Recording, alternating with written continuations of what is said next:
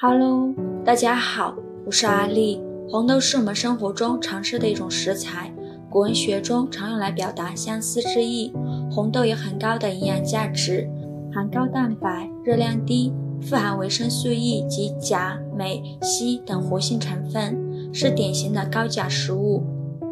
红豆对女性来说是一种非常好的食物，女性经常吃红豆可以帮助补气血。今天呢，我们就分享一个红豆非常养生的做法。首先准备300克红豆，把里面坏掉的红豆给它挑选出来，然后再把它倒入大一点的碗中，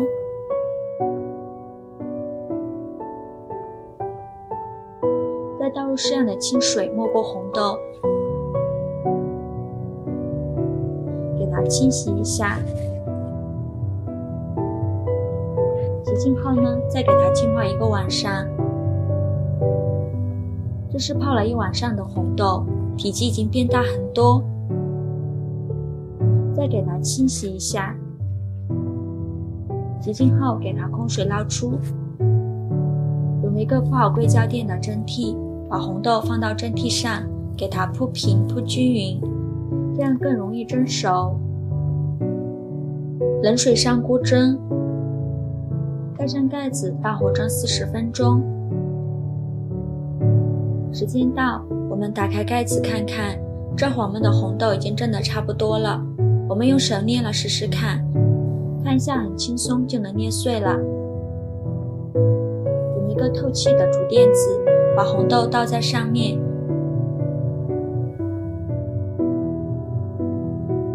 给它铺平铺均匀。给它常温下放凉，晾干表面的水分。准备几个耐高温的玻璃瓶，把它放入蒸锅中，开大火蒸10分钟左右，利用水蒸气的高温给玻璃瓶消一下毒。10分钟后，我们的玻璃瓶已经蒸得差不多了，把它取出来放到一旁晾干水分。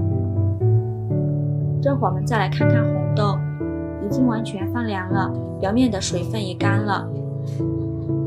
再把红豆放进玻璃瓶中，